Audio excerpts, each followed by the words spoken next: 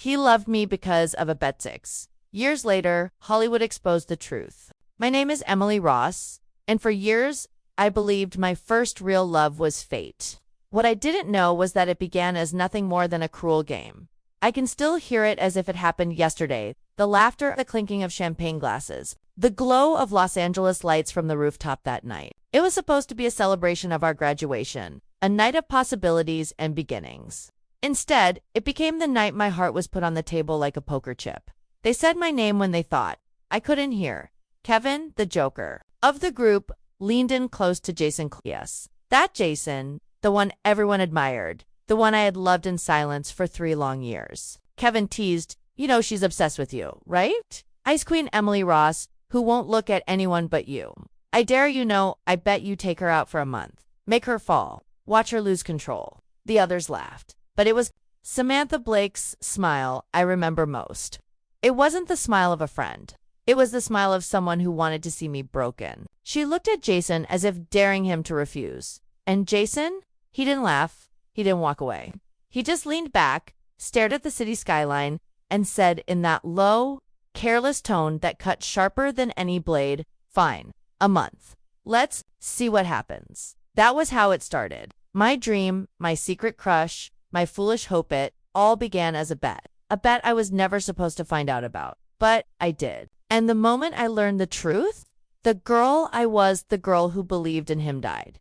Back then, I told myself I would never forgive him. I told myself I would walk away clean. But life isn't that simple. And love doesn't end just because you wish it to. So let me take you back to where it really began. To the years before I knew the truth, when Jason Cole was still the boy I thought I wanted more than anything in the world. For 3 years in college, Jason Cole was the center of gravity in every room I walked into. Not because he tried, no. Jason never needed to try. He carried himself with that effortless confidence people are born with. Tall, sharp jawline, dark hair that never seemed out of place. The kind of man who could lean against a wall and somehow own the entire space around him and me. I was the quiet one in landscape design. The girl who sat in the back of the lecture hall, sketching gardens while the world spun around me. People called me distant, untouchable, the Ice Queen. But that wasn't true. I wasn't cold. I was just saving all of myself for someone who would never notice. Except Jason did notice. Or at least, he pretended to. The first time he spoke to me, it was a week after graduation. I was on the balcony outside the art building, breathing in the night air, trying to memorize the smell of jasmine from the courtyard below. Then came his voice, smooth and casual. "You always stand out here alone, don't you?" I remember my heart leaping against my ribs. I told myself not to blush, not to stutter, not to let him see through me. But when Jason turned those gray eyes on me, everything I'd practiced in my head for 3 years fell apart. That night, he asked if I wanted to get coffee. Coffee became dinner. Dinner became a movie. By the end of the week, we were inseparable, and I foolish. Desperate me myself believed I told myself this was real. That maybe, somehow, the universe had finally given me what I had waited for. When his hand brushed mine, I thought it meant something. When he leaned in close, smelling faintly of leather and cologne, I thought it was desire, not calculation. For a month, we were a picture of young love, strolling down the Santa Monica Pier with cotton candy in hand, his arm thrown around my shoulder, whispering jokes in dark theaters, my head resting on his chest as if it belonged there. Nights on his motorcycle, the world blurring around us, the wind in my hair, my arms clinging tight to him because I thought he was my anchor. But what I didn't realize then was how much of it was me. I was the one reaching for his hand, the one leaning in for the kiss. And when he finally kissed me back, his lips barely grazed mine, like he was afraid to let it linger. Still, I convinced myself I was winning him over. That every laugh, every glance, every stolen moment was proof I was thawing the ice around his heart. That I wasn't just a bet, I was becoming the exception. I wanted so badly to believe it. I ignored the cracks in the picture, the moments when his smile slipped too quickly, when his phone lit up with Samantha's name and he stepped away to answer, when Kevin's smirk grew sharper every time he saw us together, and then came the night in the mountains. The night he made me believe in him completely. The night that turned my foolish hope into something far more dangerous. It was supposed to be a simple field trip to the Sierra Nevada mountains. A week of sketching, studying terrain, gathering inspiration. Before our projects began, the air smelled of pine and damp soil. and the peaks rose above us like sleeping giants. I remember thinking it felt safe, almost peaceful until it wasn't. Somewhere between the switchbacks, I twisted my ankle and lost my footing. The group pushed ahead, their voices fading into the trees while I sat on a rock, clutching my swollen ankle and telling myself I'd catch up. But the woods swallowed sound quickly, and before long, I realized I wasn't following anymore. I was lost. The sun dipped behind the ridge, the temperature dropped, my breath came out in white puffs. I told myself I wasn't afraid I'd trained. For moments like this, I knew how to read moss on trees, how to find south by the sun. But fear doesn't care how prepared you are. It creeps in when the silence grows too heavy, when every crack of a twig feels like a predator waiting to strike. Then I heard my name, Emily. It echoed through the dark, sharp against the howl of the wind.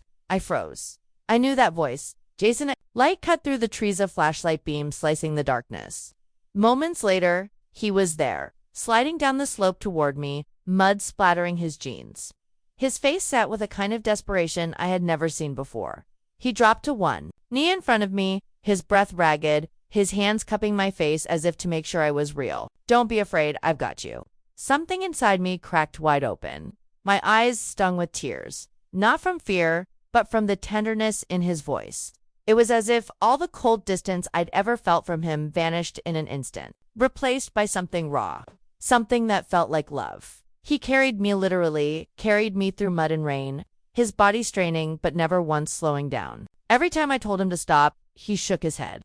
I'm not leaving you behind, Emily. Not now, not ever. When we emerged at camp, the others gasped. Jessica rushed forward, but she stopped short when she saw the way Jason was holding me. The way his eyes refused to leave mine, and for the first time, I let myself believe he wasn't pretending. That maybe, just maybe, I was wrong about everything. That night, wrapped in a blanket by the fire, I replayed every word he said, every glance, every touch, and by the time I closed my eyes, I wasn't the girl who thought she was part of a bet anymore. I was the girl who thought she had finally won. But the truth was waiting for me, sharp and merciless, just around the corner. The mountain rescue changed everything, or at least, that's what I thought. After that night, Jason seemed different. He held my hand when we crossed the street, smiled at me in photographs, slowed down his motorcycle when I clung too tightly. Those weren't the actions of a man faking affection, were they? I convinced myself he had fallen for me too. But then came the whispers. The quick glances exchanged between Kevin and Samantha whenever Jason and I walked into the room. The way Kevin's grin sharpened whenever Jason brushed my hair back or slipped an arm around my waist. And then one evening at a bar, I heard them. Again, Kevin chuckled, drink in hand, leaning too close to Jason. She's almost there, man. 1 month in, and she's practically worshiping you, ready to collect. My chest clenched, but I forced myself to stay hidden behind the corner wall. Jason's voice was calm, detached, almost bored. Not yet. Let's drag it out. It's more interesting watching her fall. The words cut deeper than any blade. All at once, every laugh, every kiss, every late-night ride turned to ash in my mouth. He wasn't falling for me. He was waiting for me to crash. That was when I made my choice. If he wanted to watch me break, I would rob him of the satisfaction. Graduation night, the hall glittered with string lights. Champagne glasses clinked, and cameras flashed as friends posed in gowns and tuxedos. Jason stood by the balcony, leaning against the railing like he owned the night. He looked at me with that same careless charm, ready to play his part, ready to deliver the final blow. But I didn't give him the chance. I walked up, my heels steady against the marble floor, my heartbeat deafening in my ears. For a moment, his lips parted, as though he was about to speak. That was when I met his eyes and said the words he never saw coming. Jason, it's over. Don't call me again. I didn't wait for his response. I didn't need to. I turned and walked away, leaving him standing there in silence, the murmur of the crowd swallowing him whole. That was the moment I took back my power. The moment I refused to be the girl who collapsed under the weight of his game. But fate has a twisted sense of humor. The very next morning, as I prepared to leave for Italy and the life I had dreamed of, chaos erupted at the airport. People screamed, TSA agents ran, and a man forced his way past security, shouting a name that sounded too much like mine. I caught only a glimpse before he was tackled to the ground. I boarded my flight, telling myself it couldn't have been. Him, Jason Cole, was too proud, too untouchable, to ever lose control like that, or so I thought. Because 6 years later, In the heart of Hollywood, I would learn the truth. 6 years, that's how long it had been since I walked away from Jason Cole. 6 years since the rooftop lights of graduation faded. Since the airport chaos I tried to forget. Since I promised myself I'd never look back. In those years, I built a life. That was mine alone. Italy gave me more than work hit, gave me purpose. I studied gardens older than nations, designed landscapes that would outlive me, carved my name into a world Jason no longer touched. By the time I returned to Los Angeles, I was no longer the ice queen hiding behind sketchbooks. I was Emily Ross, a designer whose work was sought after by the wealthiest estates in California. And then came the project. A sprawling Hollywood hillside, 50 acres of glass and steel rising against the skyline. It was the kind of job that could define a career. When the client called, I said yes before I even heard the team list. Maybe that was my mistake. Because when I walked into the conference room, sunlight streaming through floor-to-ceiling windows, I saw him. Jason Cole, older, sharper, wearing a suit tailored to perfection. His hair was shorter now, his jawline harder. But the arrogance in his posture hadn't changed. He stood at the head of the table, sketches spread before him, surrounded by a team of architects who hung on his every word.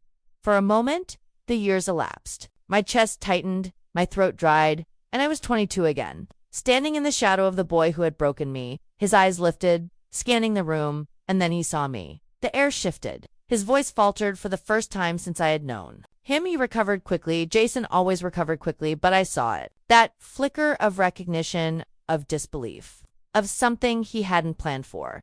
Emily Ross, he said, his voice even almost rehearsed. Welcome to the team. Not a tremor, not a smile. Just my name. Like it was business as usual. But his eyes told another story. They lingered on me a beat too long, searching, almost hungry.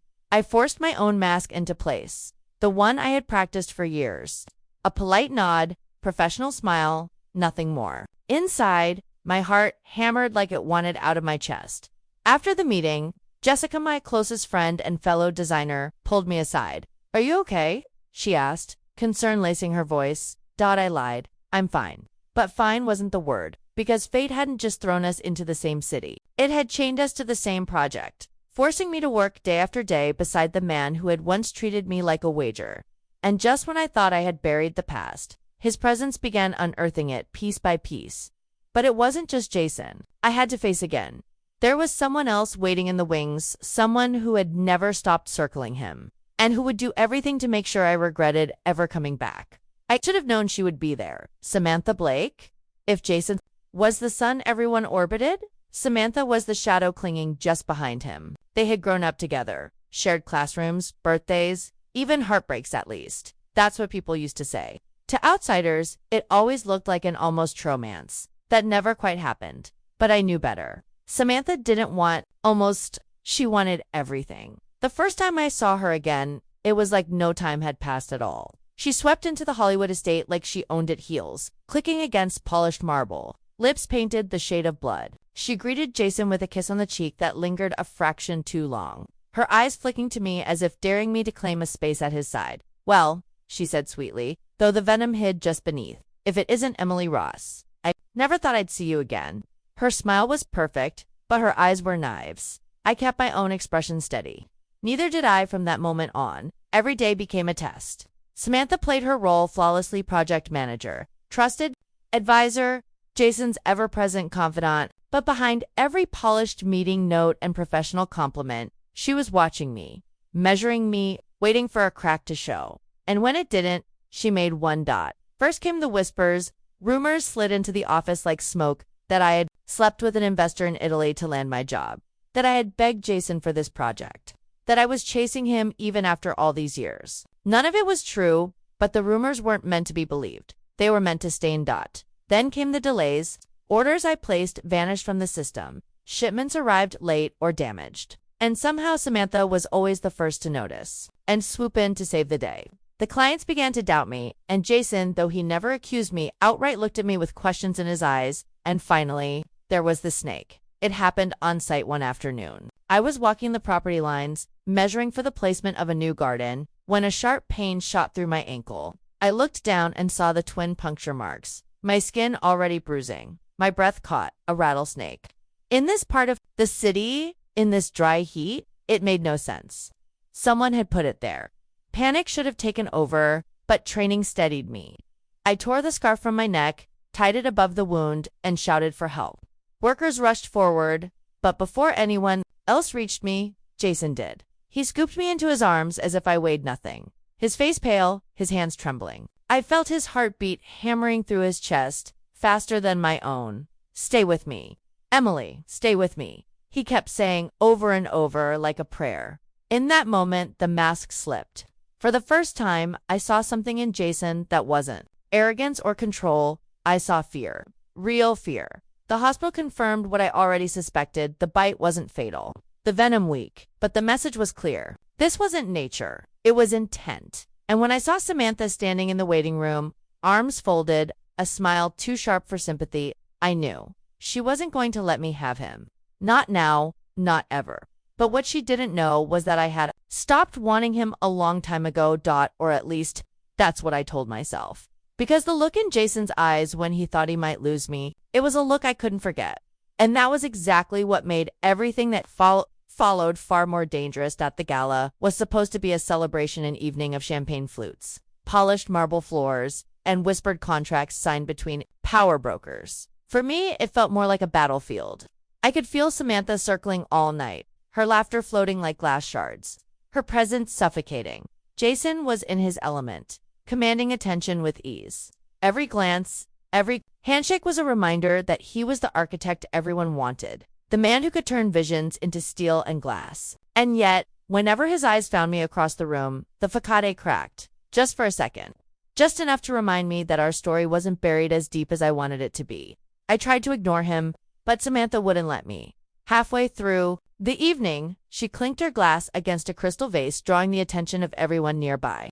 With her perfect smile and flawless dress, she looked like she belonged on a stage. And she played her role well. "Ladies and gentlemen," she said sweetly, her eyes flicking to me, "it's not every day we get to toast a reunion. After all, it's rare for ghosts from the past to walk back into the room." Laughter rippled through the crowd. My chest tightened. She wasn't done. Of course, some of us remember how it really was. Emily here wasn't Jason's grand love story. She was, what should I call it? A bet? A little challenge to see if she'd finally fall. The words were venom, dressed in silk. The crowd shifted, whispers swelling like a tide. Some faces looked amused, others pitying. I could feel the heat rising in my cheeks, the urge to run clawing at me. That was exactly what she wanted, my collapse.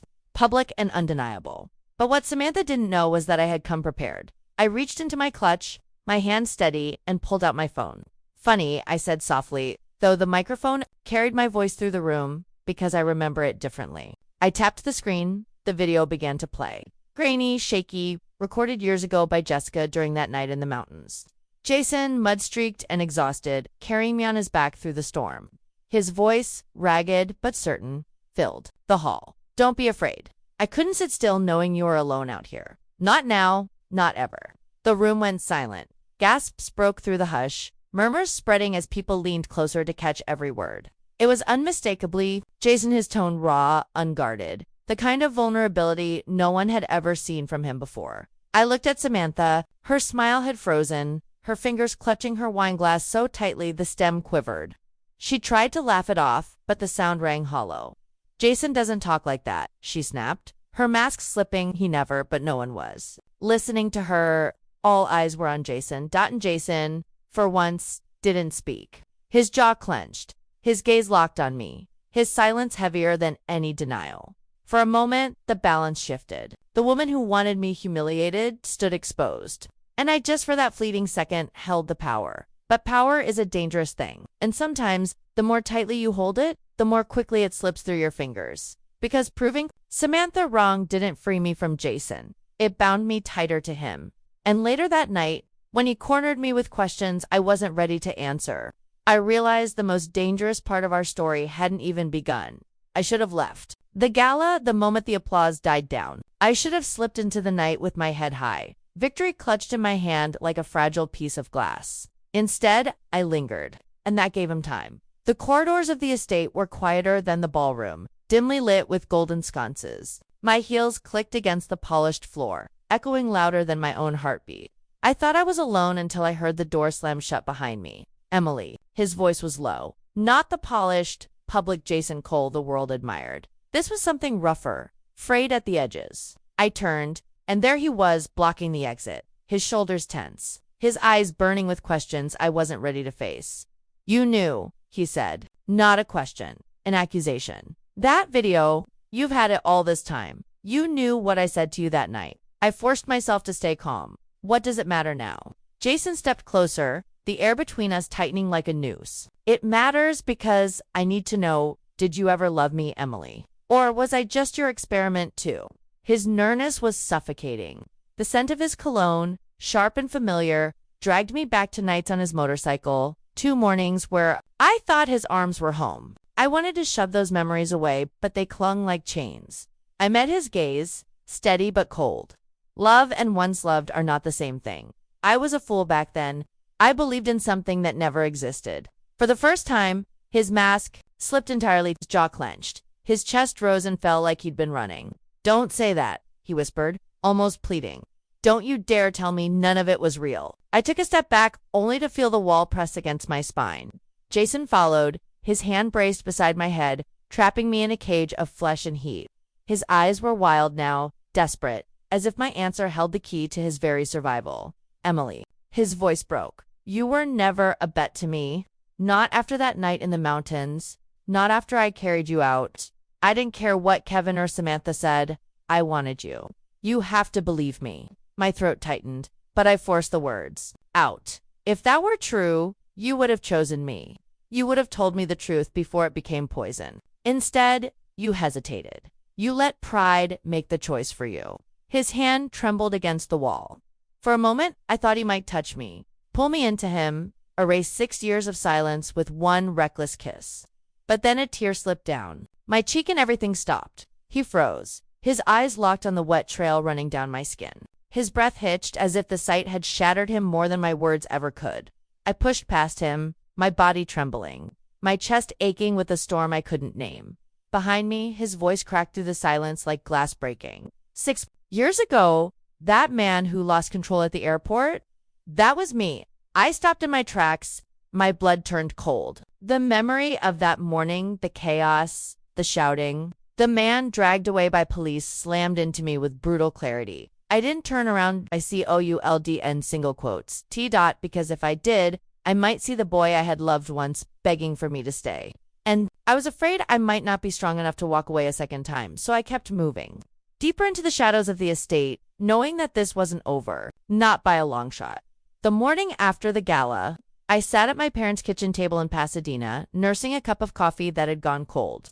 My mother had called the second she saw the headlines pictures of me, Jason, and Samantha plastered across entertainment blogs. She didn't need words to say, "I told you so." Her silence carried it better than any lecture could. It was strange being back in that kitchen. The same yellow curtains swayed by the window. The same wooden table, scratched from years of Sunday dinners. But the air felt heavier now, as if the past itself had followed me home and taken a seat at the table. That's when my father's voice echoed in my head. A memory sharp and clear from the night I first told him about Jason Cole. "Men like him don't come alone, Emily. They carry storms with them. And when they walk into your life, they take up the whole room. One day, you'll look around and see there's no space left for you." At the time, I'd rolled my eyes. I thought he was being overprotective, cynical even. But now, staring at the empty chair where he used to sit before the cancer took him, I understood. That chair was more than wood and nails. It was a reminder of the warnings I hadn't listened to, the quiet wisdom I had dismissed as fear. Jason's storms had indeed taken over, but what haunted me most wasn't my father's absence or even Jason's presence. It was the fragments of Jason's own family, the parts of his past that explained the shadows he never spoke about. He once told me, in a rare unguarded moment, about his mother's empty seat at every school play, every graduation, every milestone. She had left when he was young, disappearing into another life without looking back. His father, a man built of discipline and steel, filled that void with silence rather than comfort. Jason grew up learning that love was conditional, that approval had to be earned. And so, when he looked at me all those years ago, maybe he wasn't just seeing me, maybe he was seeing that empty seat, the place where love should have been but never stayed. That realization unsettled me. It blurred the line between victim and villain, between the boy who betrayed me and the man who had been betrayed long before I ever stepped into his life. But pity is a dangerous emotion. It opens the door you fought so hard to close. It makes you linger in the shadows of someone else's pain, convincing yourself you can save them even if it means drowning with them. I told myself I wouldn't fall into that trap again. Yet, as I stared at my father's chair and thought of Jason's mother's absence, I felt the walls of my resolve begin to bend. Because if family is the foundation we build our lives upon, then Jason's foundation had been cracked from the start. And people with cracks don't just break themselves. They break everything they touch. The question was, did I still have enough strength left to keep him from breaking me again?